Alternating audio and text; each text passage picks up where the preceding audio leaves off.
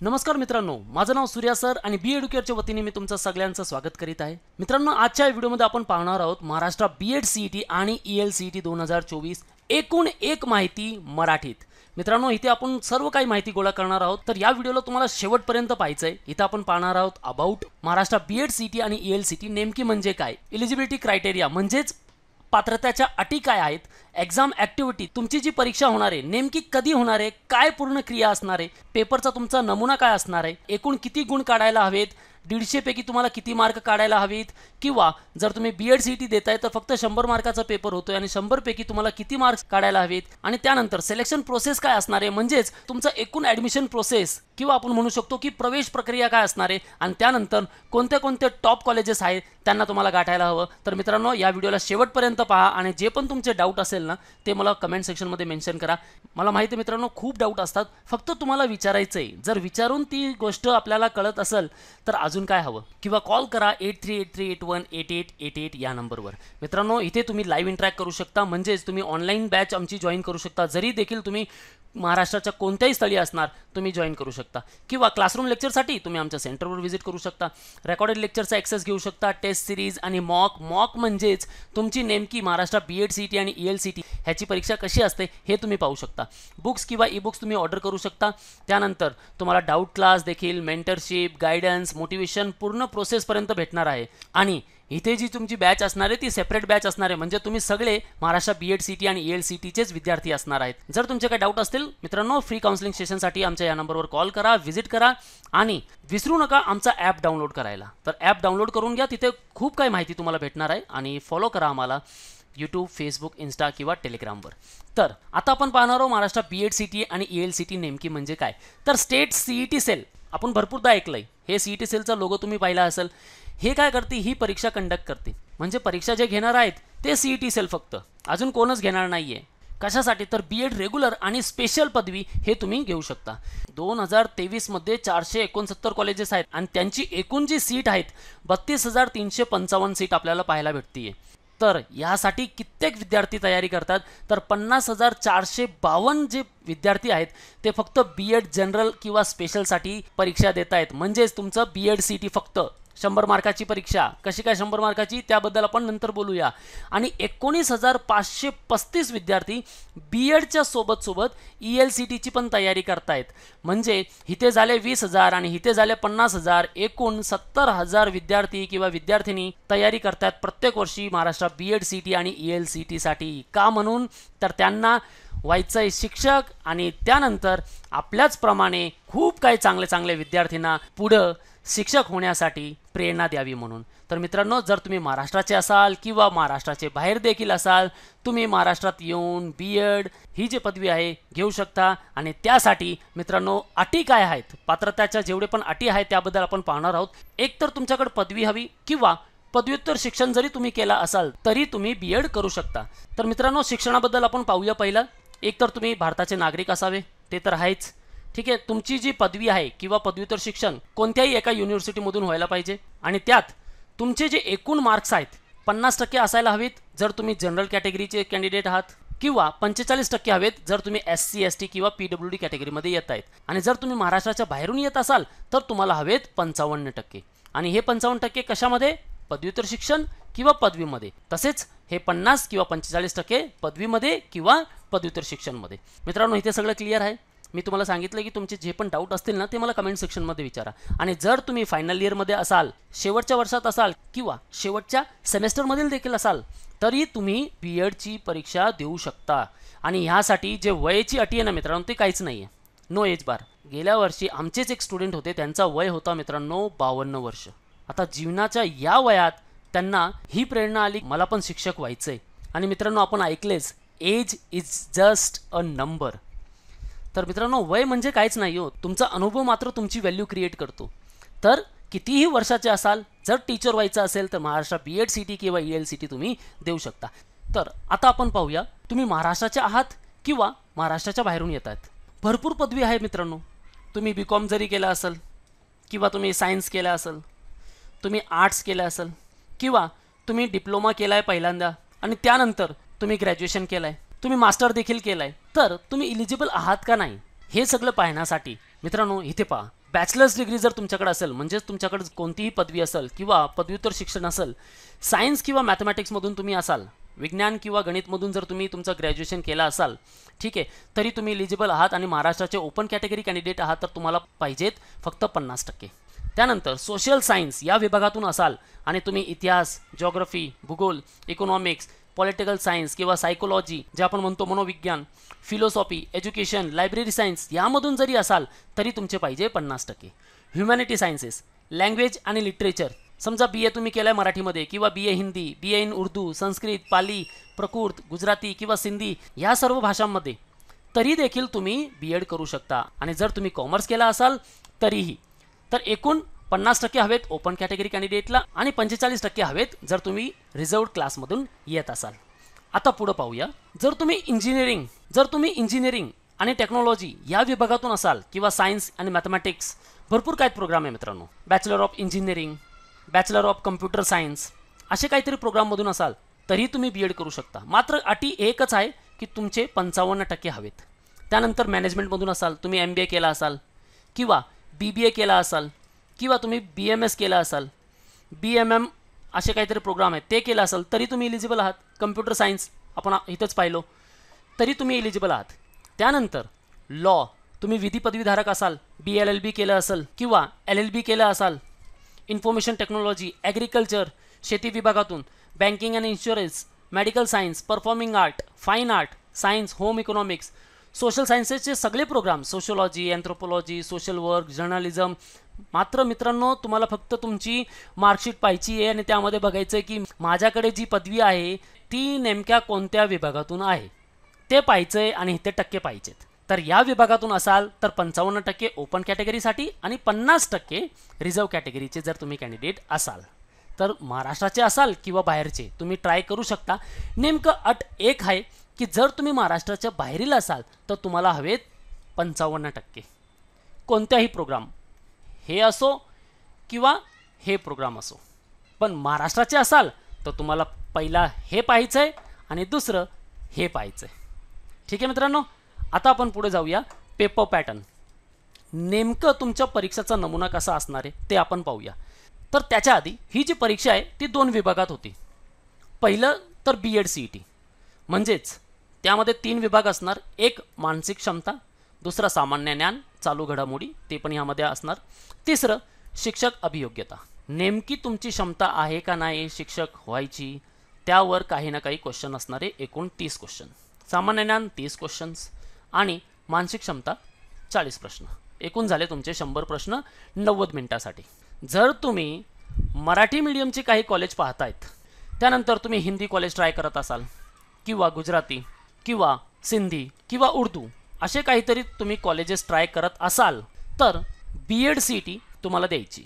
त्यानंतर तुम्ही जर असं विचार करताय की इंग्रजी माध्यमातून मला माझा BEd करायचं आहे तर तुम्हाला काय करायचं माहिती आहे का, BEd CET 100 मार्काची परीक्षा आणि त्यानंतर 50 मार्काची ही ELCT परीक्षा दोन्ही द्यायची. मात्र ही जी परीक्षा असणार आहे ती फक्त इंग्रजी माध्यममध्येच असणार आहे. तर ह्याच्यासाठी 50 प्रश्न असतील आणि त्यासाठी 60 मिनिट असतील तुमच्याकडे. तर एकूण 150 मिनिटाचा हा पेपर असणार आहे. तुमचा पेपर असणार आहे ऑनलाईन म्हणजेच तुम्हाला एखादा सेंटर निवडायचा आहे. समजा तुम्ही पुण्याचे आहात, आता तुम्ही पुणे म्हणून एक सेंटर निवडला आहे, दुसरा सेंटर तुम्ही निवडला आहे मुंबई, तिसरा तुम्ही सेंटर निवडला आहे ठाणे. तर पहिलं तर हे असणार की पुण्यामधील कोणतीही एक कॉलेज तुम्हाला भेटणार, त्या कॉलेजमध्ये तुम्हाला जायचं आहे आणि तिथे कम्प्युटरवर बसून फक्त टिक करायचे आहेत. तुमची जी परीक्षा असणार आहे ती कम्प्युटरवर असणार आहे, सेंटर बेस, त्याला म्हणतो आपण ऑनलाईन परीक्षा. ह्याचा जे मीडियम असणार आहे मित्रांनो, दोन्ही भाषेत ही परीक्षा होती. एक तर इंग्लिश, तुम्ही पूर्ण जे 150 मार्काचा पेपर आहे इंग्लिशमध्ये देऊ शकता, आणि एक तर मराठी, म्हणजे 100 मार्काचा हा जो पेपर आहे ह्याच्यावर तुम्हाला प्रत्येक प्रश्न मराठीमध्ये भेटणार. त्यानंतर ह्याची पण एक मार्किंग सिस्टम आहे.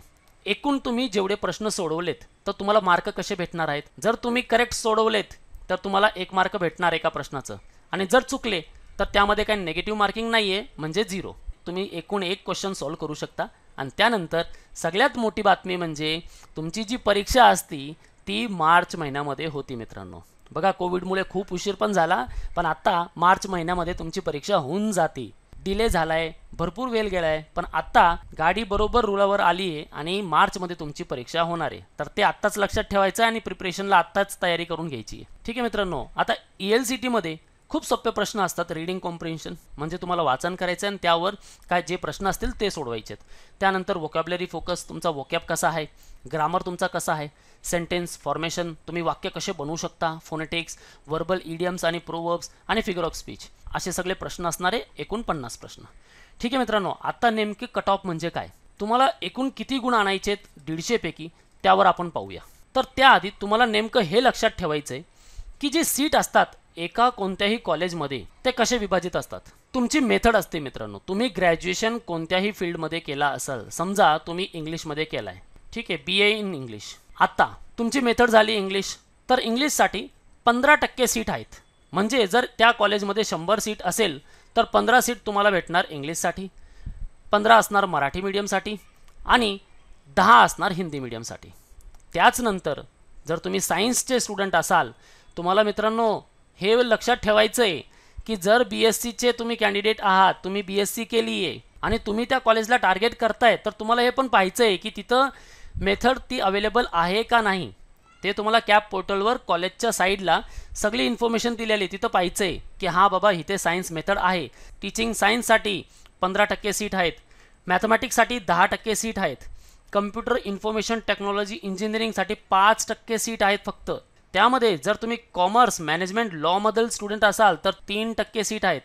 ॲग्रिकल्चर सायन्स किंवा मेडिकल सायन्समधून असाल तर 2% सीट आहेत तिथे. आणि जर सोशल सायन्सेस, तुम्ही इतिहासमध्ये ग्रॅज्युएशन केलं आहे तर 10% सीट आहेत, भूगोलमध्ये केलं आहे तर 10% सीट आहेत आणि सोशल सायन्समध्ये केलं आहे तर 5% सीट तिथे आहेत. तर तुम्हाला हे लक्षात ठेवायचं. असं नाही की BSCचे 50 विद्यार्थ्यांनी या कॉलेजला निवडले आणि त्या 50 विद्यार्थ्यांना ॲडमिशन भेटून जाईल. नाही, असं नाही होणार. त्यापैकी फक्त 15 जणांनाच ॲडमिशन भेटणार आहे. तर हे तुम्हाला प्रत्येक वेळी लक्षात ठेवायचं आहे. जर तुम्ही मेडिकल सायन्सचे स्टुडंट असाल, तुम्ही फार्मसी केली आहे, ठीक आहे, किंवा नर्सिंग केलं आहे, तर तुमच्यासाठी फक्त 2च सीट आहे तिथे. आता तिथे एकूण 10 स्टुडंट जर टार्गेट करत असेल तर त्यापैकी फक्त 2 जणांनाच ॲडमिशन भेटणार आहे. आणि त्यासाठी काय होतं माहिती आहे का मित्रांनो, हे जे तुम्ही गुण आणता ना, म्हणजेच तुमचा कट ऑफ हा वाढून जातो. तर त्यासाठी 150 पैकी तुम्हाला 120 मार्क तर काढायलाच हवी. तर आपण आता पाहूया cut off. Bombay teachers training college कोल्हाबामध्ये खूप चांगली कॉलेज आहे गाईज, नंबर 1 कॉलेज आहे ही. यासाठी तुम्हाला 115 मार्क्स आणायचे जर तुम्ही महाराष्ट्राचे असाल, आणि जर महाराष्ट्राबाहेरील असाल तर 125 मार्क. आणि इथे कॉम्पिटिशन भरपूर असतो मित्रांनो. ज्यांचे 120 वगैरे असतात ना, 120, 125, 123, हे सगळे कॅन्डिडेट ना ही पहिली कॉलेज आणि ही दुसरी कॉलेज इथेच ट्राय करतात. आणि हे दोन्ही कॉलेज मुंबईमध्ये आणि खूप चांगली कॉलेज आहे. तर जर तुमचे मार्क्स चांगले असेल तर या कॉलेजची निवड तुम्हाला करायची आहे. त्यानंतर तुम्ही Hansraj Jivandas college of education खारमध्ये ही पण पाहू शकता. 114चा याचा स्कोर असणार आहे आणि 120 जर तुम्ही बाहेरील असाल. Thakur Shyam Narayan college of education, त्यानंतर आदर्श कॉम्प्रिहेन्सिव्ह कॉलेज ऑफ एज्युकेशन पुण्यामध्ये, गांधी शिक्षण भवन मुंबईमध्ये किंवा गोखले एज्युकेशन सोसायटी, हे काही कॉलेजेस आहेत. त्यांचे कट ऑफ काय हे मी ते तुम्हाला मेन्शन केलेत. आता आपण पाहूया सिलेक्शन प्रोसेस, म्हणजेच तुमची प्रवेश प्रक्रिया काय असणार आहे. तुम्ही आता एक्झाम दिली आहे, तुमच्याकडे स्कोर आहेत, 120 पाडलेत, 110 पाडलेत. मुलींना जास्त मार्क देऊ, कारण खूप मुली खूप चांगला प्रयत्न करतात आणि त्यांचं स्वप्न असतो की आपण शिक्षक व्हावं म्हणून. तर प्रत्येक मुलींना मी हेच म्हणू इच्छितो की उठा, तयार व्हा आणि लढा जीवनात. तुम्ही खूप काही अचीव करू शकता जे पुरुष देखील करत नाही. तर प्रवेश प्रक्रिया नेमकी म्हणजे काय, कसं तुम्ही त्या कॉलेजला गाठू शकता, त्यासाठी CET सेल काय करते माहिती आहे का, एक ॲडमिशन प्रोसेस चालू करते आणि त्याला म्हणतो सेंट्रलाइज ॲडमिशन प्रोसेस, म्हणजे केंद्रीय प्रवेश प्रक्रिया. आता ही प्रवेश प्रक्रिया नेमकी म्हणजे काय, तर ह्याचे काहीतरी स्टेप्स असतात. जसं की तुम्ही रजिस्टर करता ऑनलाईन, तुम्ही परीक्षा दिली आहे, 120, 110 हे मार्क पाडलेत, तुम्ही काय करणार माहिती आहे का, त्या वेबसाईटवर येणार आणि स्वतःची माहिती तिथं रजिस्टर करणार. तुमचं नाव, आता तुमचं नाव जे द्यायचं आहे ना, हे तुमच्या डॉक्युमेंटप्रमाणे द्यायचं आहे. तुमचे 10वीच्या मार्कशीटमध्ये कसं होतं नाव, 12वीच्या मार्कशीटमध्ये कसं नाव होतं. त्यानंतर तुम्हाला तुमची प्रोफाईल क्रिएट करायची आहे आणि जेवढे डॉक्युमेंट्स आहे ना ते अपलोड करायचे. त्यानंतर तुम्हाला आता कॉलेज निवडायची आहे. तर एकूण तुम्ही 469 कॉलेजेस आहेत ना, हे सगळे पण सिलेक्ट करू शकता किंवा 10, 15 जेवढं तुमचं मन असेल तेवढी तुम्ही कॉलेज निवडू शकता. आणि कॉलेज निवडली, आता तुमच्या स्कोअरच्या प्रमाणे तुम्हाला ती कॉलेज एखादी अलॉट होईल, म्हणजेच तुम्हाला ती कॉलेज भेटणार. आता हे तुमचं मनावर आहे की तुम्हाला फ्रीज करायचं आहे किंवा फ्लोट करायचं आहे. फ्रीज नेमकी म्हणजे काय, जमणे. फ्रीज केलं तर त्या कॉलेजमध्ये तुम्ही ॲडमिशन घेताय, आणि फ्लोट केलं म्हणजे तुम्ही टोकन देऊन ती सीट रिझर्व ठेवता की बाबा सेकंड राऊंडमध्ये मी पार्टिसिपेट करणार, जर नाही भेटली चांगली तर ही कॉलेज मला परत भेटावी म्हणून. ॲक्सेप्ट ऑर रिफ्यूज असे ऑप्शन्स असतात.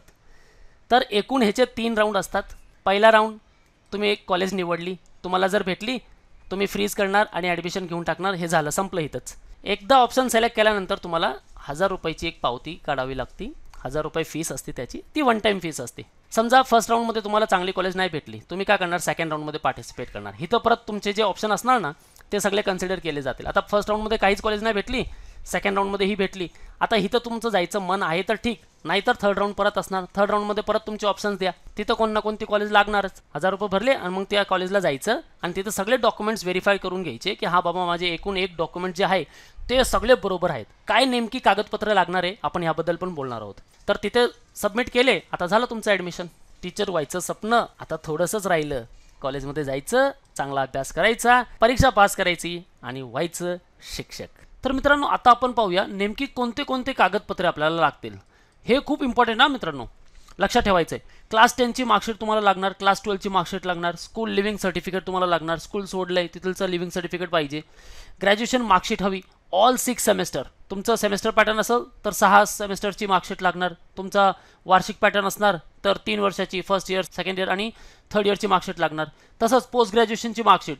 जर तुमची पात्रता इथे बरोबर नाही जमत असेल, म्हणजे 50% इथे नाही होत असेल आणि इथे होत असेल 50च्या वरती, तर तुम्ही ट्राय करू शकता पोस्ट ग्रॅज्युएशनच्या मार्कशीटवर. सेमेस्टर पॅटर्न असणार तर फर्स्ट सेमेस्टर, सेकंड, थर्ड आणि फोर्थ 4ही मार्कशीट, किंवा वार्षिक पॅटर्न असणार तर फर्स्ट इयर आणि सेकंड इयरची मार्कशीट.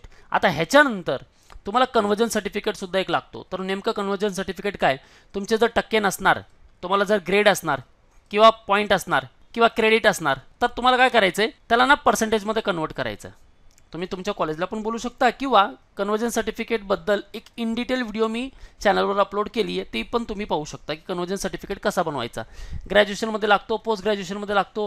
क्लास 12 आणि 10ची मार्कशीट इथे ऑलरेडी पर्सेंटेज आहेत तुम्हाला. महाराष्ट्र स्टेटचे जे कॅन्डिडेट आहेत महाराष्ट्र स्टेट बोर्डचे, तिथे पर्सेंटेज मेन्शन आहेत, तुम्हाला गरज नाही आहे. पण जर तुम्ही CBSE बोर्डचे असाल किंवा दुसऱ्या बोर्डचे असाल तर तुम्हाला कन्वर्जन सर्टिफिकेट बनवावंच लागणार. ठीक आहे. त्यानंतर लागणार CET ॲप्लिकेशन फॉर्म आणि CET स्कोअर कार्ड. त्यानंतर खूप इम्पॉर्टंट डॉक्युमेंट म्हणजे पासपोर्ट साईज फोटो, ते पण रिसेंट आणि ते पण स्माईलसोबत चांगले. ठीक आहे. व्हॅलिड ID प्रूफ लागणार, आधार कार्ड बेस्ट आहे. त्यानंतर तुम्ही जर कास्टमध्ये येत आहे तर कास्ट सर्टिफिकेट लागणार, त्याची व्हॅलिडिटी सुद्धा लागणार. ट्राईब व्हॅलिडिटी सर्टिफिकेट लागणार ST साठी. EWS इन्कम सर्टिफिकेट, उत्पन्नाचा दाखला. जर तुमच्या फॅमिलीची वार्षिक उत्पन्न 8 लाखापेक्षा कमी असणार, ठीक आहे, तर तुम्ही EWSचा फायदा घेऊ शकता. ह्याच्यावर 10% रिझर्वेशन असतो, म्हणजे प्रत्येक कॉलेजमध्ये 100 सीट आहेत तर 10 सीट असणार EWS. त्यानंतर OBCचे असाल तर नॉन क्रिमिलेअर सर्टिफिकेट लागणार, कास्ट सर्टिफिकेट आणि व्हॅलिडिटी सर्टिफिकेट, हे 3 डॉक्युमेंट लागतील. जर तुम्ही मायनॉरिटी कॅन्डिडेट असाल तर मायनॉरिटी सर्टिफिकेट लागणार. आणि आता इथं बघा, बर्थ सर्टिफिकेट किंवा डोमिसाइल सर्टिफिकेट. जर स्कूल लिव्हिंग सर्टिफिकेटवर तुमची डेट ऑफ बर्थ मेन्शन आहे आणि जन्माचं ठिकाण मेन्शन आहे तर तुम्हाला बर्थ सर्टिफिकेटची गरज नाही आणि डोमिसाइल सर्टिफिकेटची गरज नाही. जर इथे हे मेन्शन नाही तर तुम्हाला बर्थ सर्टिफिकेट किंवा डोमिसाइल सर्टिफिकेट लागणारच. ठीक आहे, हे लक्षात ठेवायचं आहे. अजून काय डॉक्युमेंट म्हणतात स्टुडंट की मायग्रेशन सर्टिफिकेट लागतो. मायग्रेशन केव्हा लागतो, समजा तुम्ही एखाद्या युनिव्हर्सिटी, पुणे युनिव्हर्सिटीचे स्टुडंट आहात आणि तुम्ही मुंबई युनिव्हर्सिटीमध्ये ॲडमिशन घेताय, म्हणजे B.Ed तुम्ही मुंबईहून करताय, ग्रॅज्युएशन इथं झालं आहे, तर मायग्रेशन सर्टिफिकेट लागणार. पण केव्हा लागणार, जेव्हा तुमचं कॉलेजमध्ये ॲडमिशन होणार ना तेव्हा तुम्हाला कॉलेज स्वतः म्हणणार की बाबा मायग्रेशन सर्टिफिकेट आणा, तेव्हा तुम्हाला अप्लाय करायचं आहे आणि पुणे युनिव्हर्सिटीकडून मायग्रेशन सर्टिफिकेट तुमच्या मुंबई युनिव्हर्सिटीमध्ये येईल, म्हणजे तुमच्या कॉलेजकडे येईल किंवा तुमच्याकडे येईल. मग तुम्हाला तो सबमिट करायचा आहे. That's it. इथे काय डाऊट मित्रांनो नाही ना. आता पुढे पाहूया. Top colleges: BDTC, saint Xavier's, Rizvi, Hansraj, Thakur Shyamnarayan college, Adarsh comprehensive college of education, DY Patil आकुडीमध्ये खूप चांगली कॉलेज आहे, मराठवाडा कॉलेज खूप छान, SNDT किंवा गांधी शिक्षण भवन सूरजबाग कॉलेज, खूप चांगलं कॉलेज आहे मित्रांनो. तर अशा कॉलेज तुम्हाला टार्गेट करायचे आहेत आणि काही टॉप कॉलेजेस मी इथे मेन्शन केलेत. या कॉलेजेसला पण तुम्ही टार्गेट करू शकता. मात्र तुमचा जे स्कोर आहे तो पाहिजे 120 कितीपैकी, 150 पैकी. जर 100 मार्काची एक्झाम देताय फक्त B.Ed CET, आणा 80 मार्क तिथे. ठीक आहे मित्रांनो. तर असेच मार्क आणायचे आहेत तर प्रिपरेशन तर करायला हवा. आणि प्रिपरेशन कुठं करायचं आहे, तर मित्रांनो, तुम्ही जॉईन करू शकता डोंबिवली, घाटकोपर आणि दादरमध्ये ऑफलाईन क्लासेससाठी. आणि जर तुम्ही महाराष्ट्राच्या कोणत्याही कोण्यामध्ये असाल, तुम्हाला ऑनलाईन प्रिपरेशन करायचं आहे, या नंबरवर कॉल करा आणि तुमचे सगळे डाऊट विचारून घ्या. तुम्ही आमचा ॲप डाउनलोड करा, त्याच्यावर पॅकेज पहा, खूप ह्यूज डिस्काउंट आहे तिथे. आणि प्रत्येक अपडेट आणि नोटिफिकेशनसाठी फॉलो करा टेलिग्राम, यूट्यूब, फेसबुक आणि इंस्टाग्रामवर. तर मित्रांनो, आजच्या व्हिडिओमध्ये एवढंच. पुन्हा भेटूया एका नवीन व्हिडिओमध्ये. तोपर्यंत जय हिंद, जय महाराष्ट्र.